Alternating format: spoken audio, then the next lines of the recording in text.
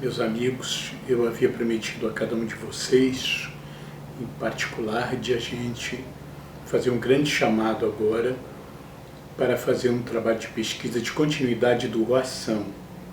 O Ruação foi um projeto que a gente fez com o apoio do Centro Nacional de Direitos de Defesa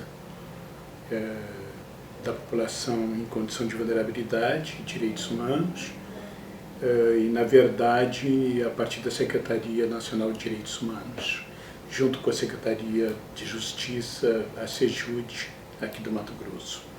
Terminamos esse processo, nós concluímos por uma busca de fazer uma metodologia que estava em curso já há muito tempo, era promessa e, ao mesmo tempo, estava em andamento. Há muitos anos que nós temos no Mato Grosso tentado uma leitura de Merleau-Ponty, e uma leitura que foi aperfeiçoada e, por assim dizer, corrigida em grande parte pela presença do Fábio de Clemente, que esteve com a gente na UFMT, depois se transferiu pela insuportabilidade do calor de Cuiabá para a UFES no Espírito Santo.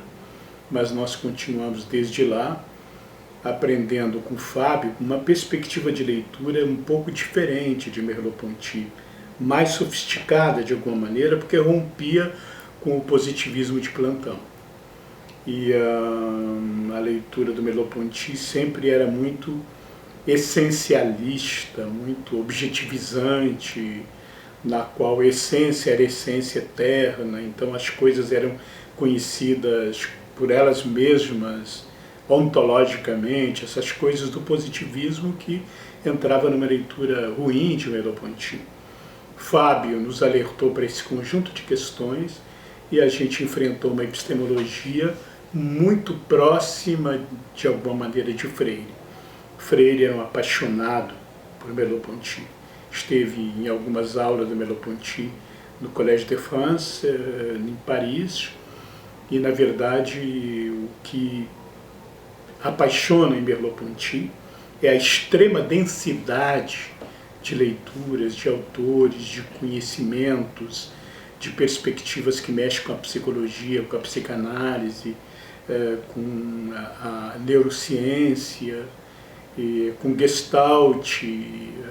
Tudo isso faz de Merleau-Ponty alguém que tenha muito a ser dito para esse momento contemporâneo. E ocorre que, pela passagem de Clemente, a gente nos autorizamos a fazer também as leituras a partir da condição em que nós vivemos. A fenomenologia da percepção é muito curiosa, porque é o Merleau-Ponty falando das percepções, das experiências, das sensibilidades, até do seu nariz, do que ele está escrevendo, e a experiência corporal dele guia para uma experiência daquilo que ocorre a partir de um corpo próprio, singular, e ao mesmo tempo em diálogo com toda a dimensão de uma carnalidade do mundo que o aproxima também do ser. Vejam então que nos foi cobrado sempre, de maneira particular, eu lembro isso porque Danilo Streck foi uma pessoa fundamental para nós, que cobrava para a gente essa aproximação que a gente costumava fazer de Merleau-Ponty com Paulo Freire. E que rendeu também no segundo livro do dicionário de Paulo Freire, um verbetezinho que eu escrevi sobre fenomenologia, onde eu mostrava por onde passava essa interlocução entre Freire com Merleau-Ponty. Mas era apenas uma primeira escrita que buscava formular isso. No projeto Ruação, a gente percebeu que talvez a nossa missão, e ela nos era cobrada de novo pelo Danilo Streck, que a gente dissesse onde estava a fenomenologia em Paulo Freire, uma vez que todo mundo o conhecia enquanto dialético, histórico, sempre numa perspectiva marxista. E o próprio Paulo Freire disse: eu sou dialético e fenomenológico. Irredutivelmente ele puxava as duas grandes fontes da sua inspiração. E ao dizer isso, com certeza ele já se referia a Merleau-Ponty, não só pelo respeito dele a Merleau-Ponty, não apenas como teórico, como densidade acadêmica, mas sobretudo como uma pessoa extremamente fiel às grandes lutas, todas elas junto com Jean-Paul Sartre, que marcou a vida de fidelidade às questões da política contemporânea na qual ele vivia. Então isso criava uma perspectiva também de um intelectual comprometido e engajado politicamente. E isso com certeza o aproximava de Freire. E Freire, quando instado, diga por favor das suas fontes, ele cita 5 no livrinho Pedagogia da Indignação, feito por Ana Maria, na qual Merleau-Ponty está lá. Eu sempre brinco que ele não citou Heidegger, até porque a gente conhece historicamente as fragilidades que houve num determinado momento do Heidegger, e o Merleau-Ponty era muito sensível para isso, para as pessoas que mantinham um nível de coerência, de corporeificação daquilo que ele acreditava como intelectual e como militante.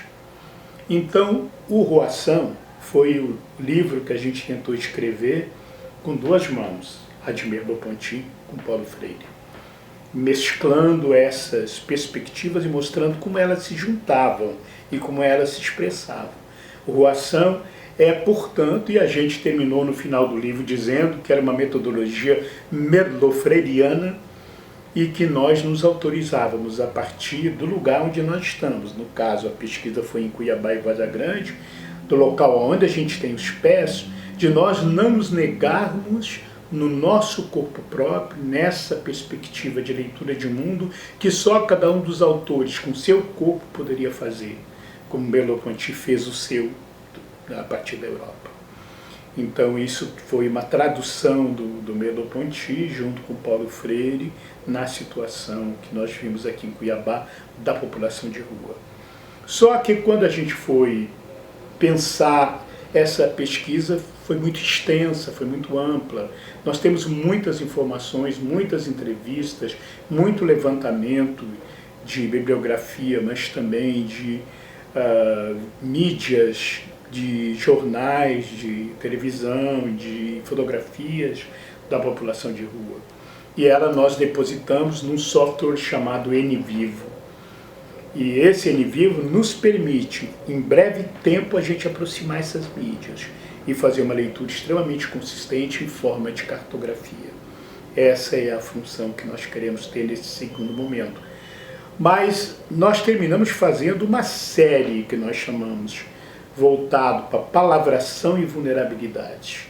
E esta série seria mais ou menos 7 livros que a gente gostaria de fazer.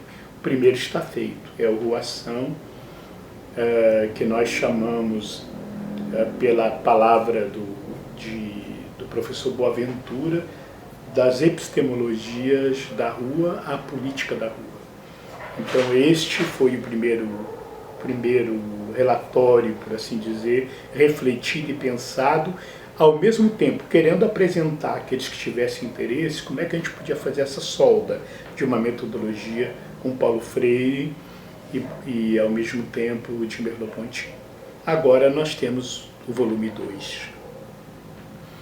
Esse foi pensado como crítica das razões vulneráveis. Nós chamamos Roação 2, crítica das razões vulneráveis. Mas o que é essa crítica das razões vulneráveis?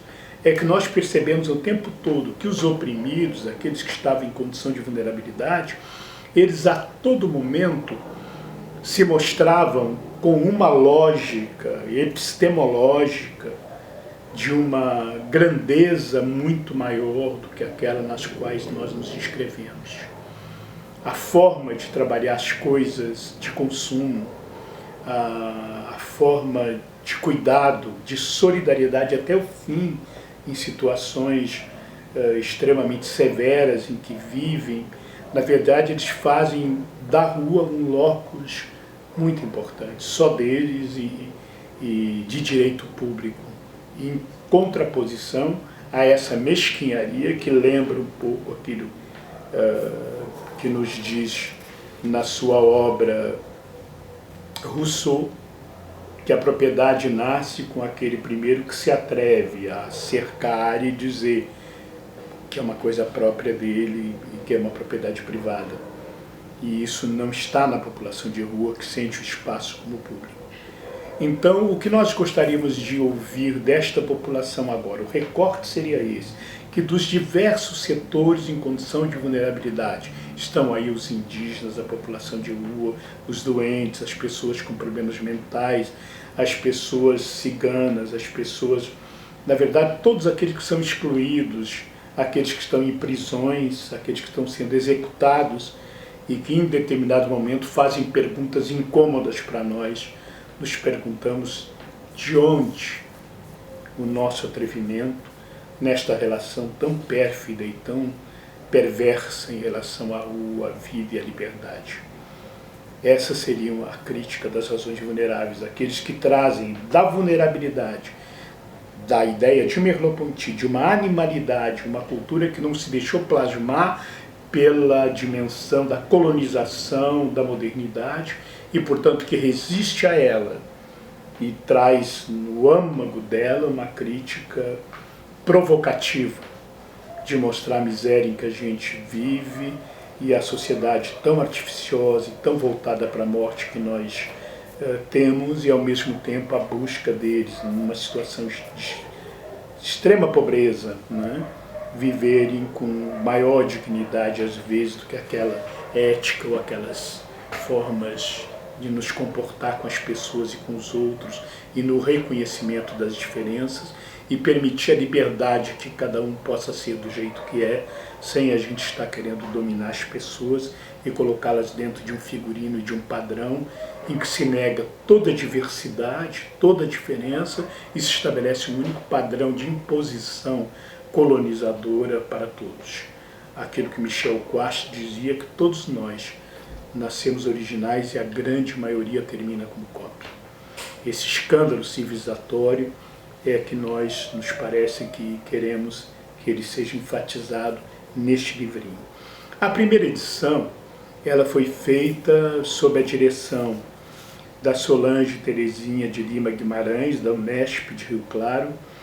Foi feito com a Cláudia Cristina Carvalho, da UFMT e do Centro de Referência dos Direitos Humanos, eu, da UFMT, Luiz Augusto Passos, e o José Marinho, da Universidade de Bruxelas, e que mais ou menos dirigiu esse primeiro volume.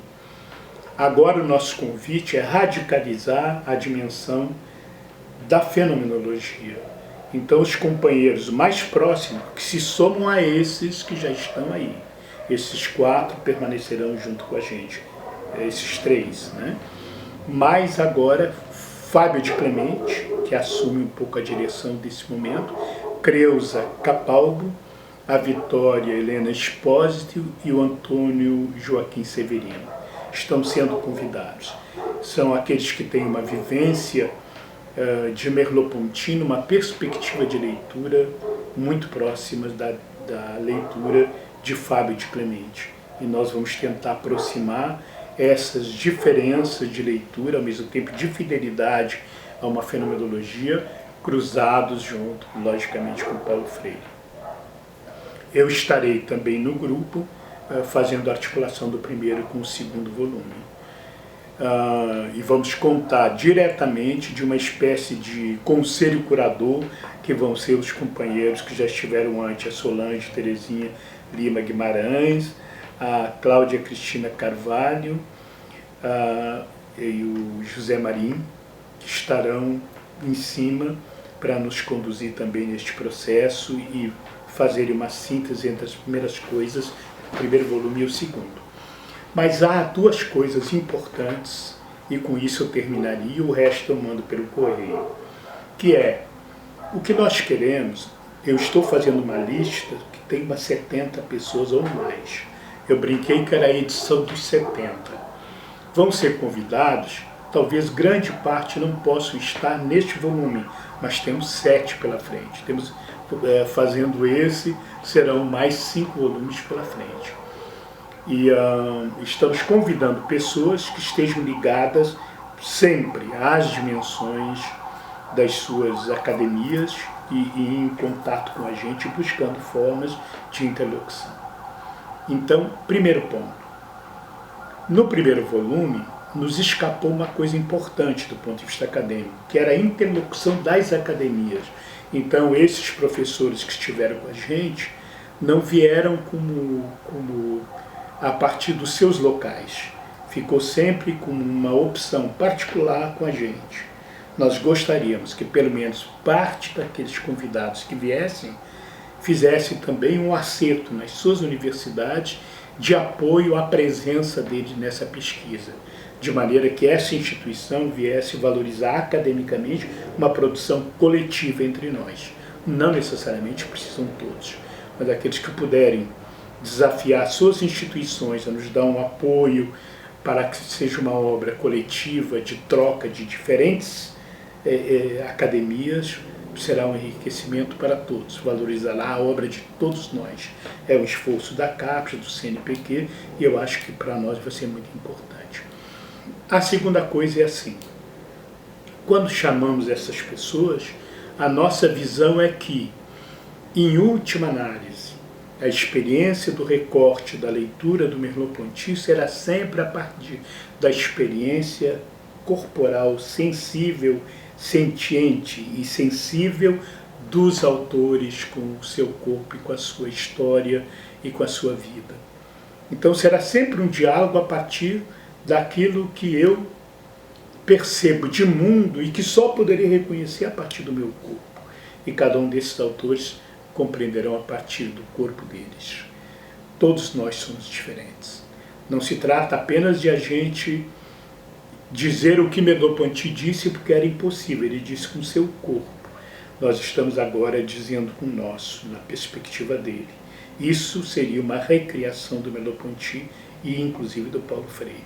Então eu gostaria que a gente se prendesse a essa capacidade de conversa do que eu estou chamando, esse livro vai ser um grande círculo de cultura, em que todos estaremos conversando, nos acertando e buscando uma troca entre nós e uma aproximação entre nós do texto melhor possível para dar sequência a essa busca de contribuir efetivamente também com políticas públicas, com transformação da sociedade em nível ético, político, simbólico, tão importante para nós nesse momento civilizatório.